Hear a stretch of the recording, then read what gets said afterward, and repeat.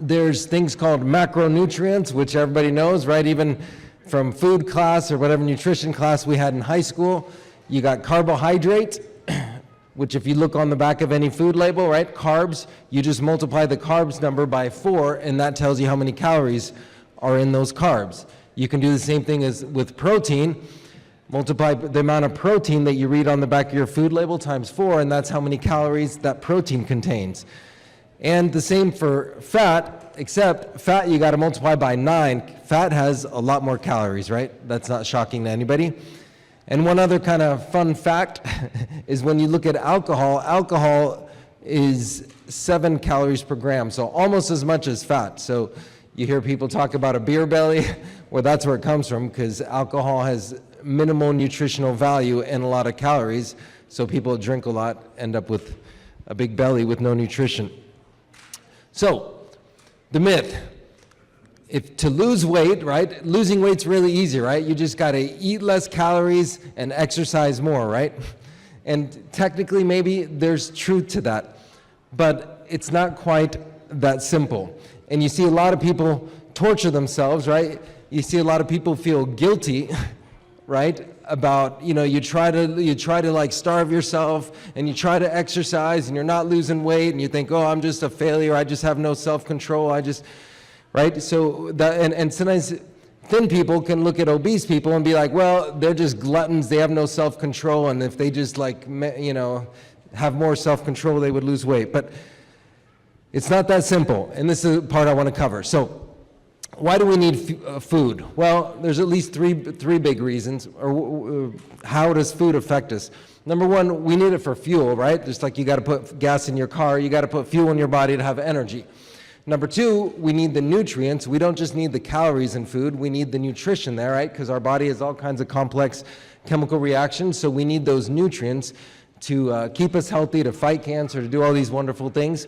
And number three, we got to look at the hormone response. This is the biggest one I want to kind of talk about, is how does your body hormonally respond to food? And that gets complex because it has to do with what time of day you eat and how frequently you eat and the types of food that you eat. So, calorie storage, right? You've heard about body fat percentage, and if you're 15%, that's pretty good. You're pretty fit, lean.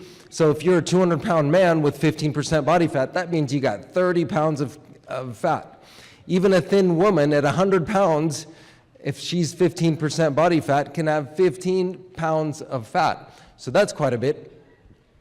So none of us here are lacking, unless you're truly starving or dying of cancer, none of us are lacking fat.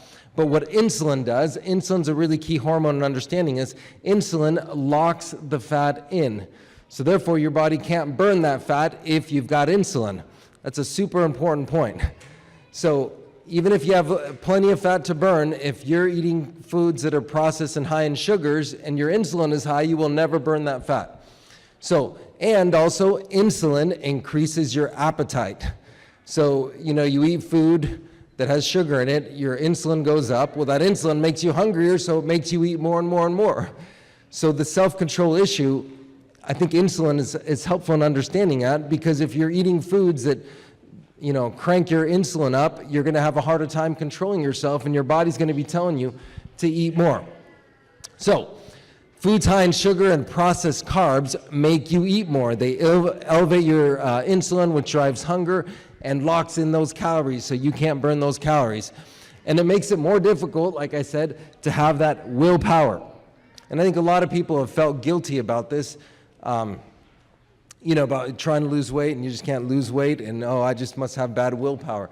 But I think understanding how our food affects us can help. So, what are some of the conclusions? Is metabolically, not all calories are equivalent.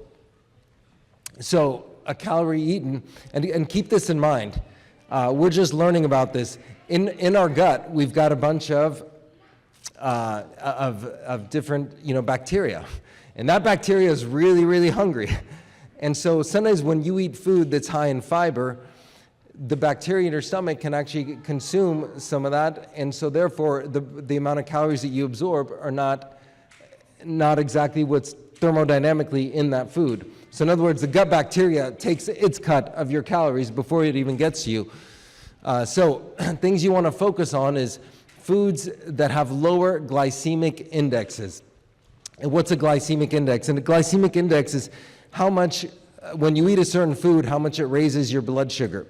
So what has a higher glycemic index? A can of soda or an apple? Say they have the same amount of sugar. What would have a higher glycemic index? The soda, right? Because if you eat, especially if you eat it on an empty stomach, you drink a can of soda on an empty stomach or eat a candy bar or cookie on an empty stomach, your sugar will, that sugar will get absorbed very fast because there's nothing there to slow it down.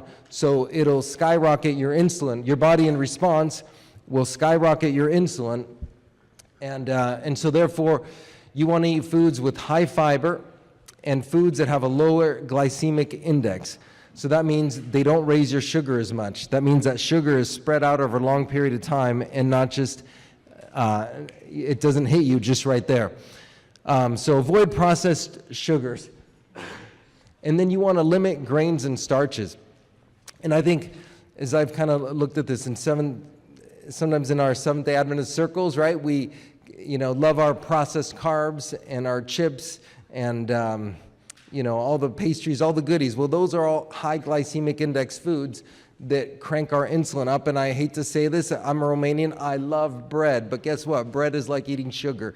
The way the body metabolizes the sugars in there, it just skyrockets your insulin. So those are foods we should limit. And you want to eat nutritionally dense foods.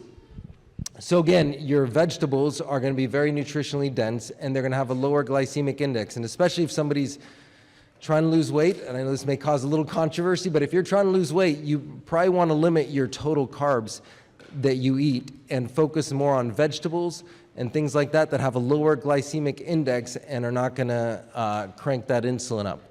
And then, of course, eating whole foods, right? The more it comes in a again, our veggie dogs on those, white bread and stuff, all that is just highly processed foods that are not nutritionally dense. So ideally, we want to eat 2 to 3 meals a day with no snacks in between. And so what that does is when you eat a meal, your insulin goes up, your body stores it. But by taking a period of time in which you don't eat, your body now has a chance to go hungry and then pull that food out of storage. Because if you're eating stuff all day long that cranks your insulin up all day long, you're never going to burn your stored fat. And then, so you want to fast at least 12 to 16 hours a day.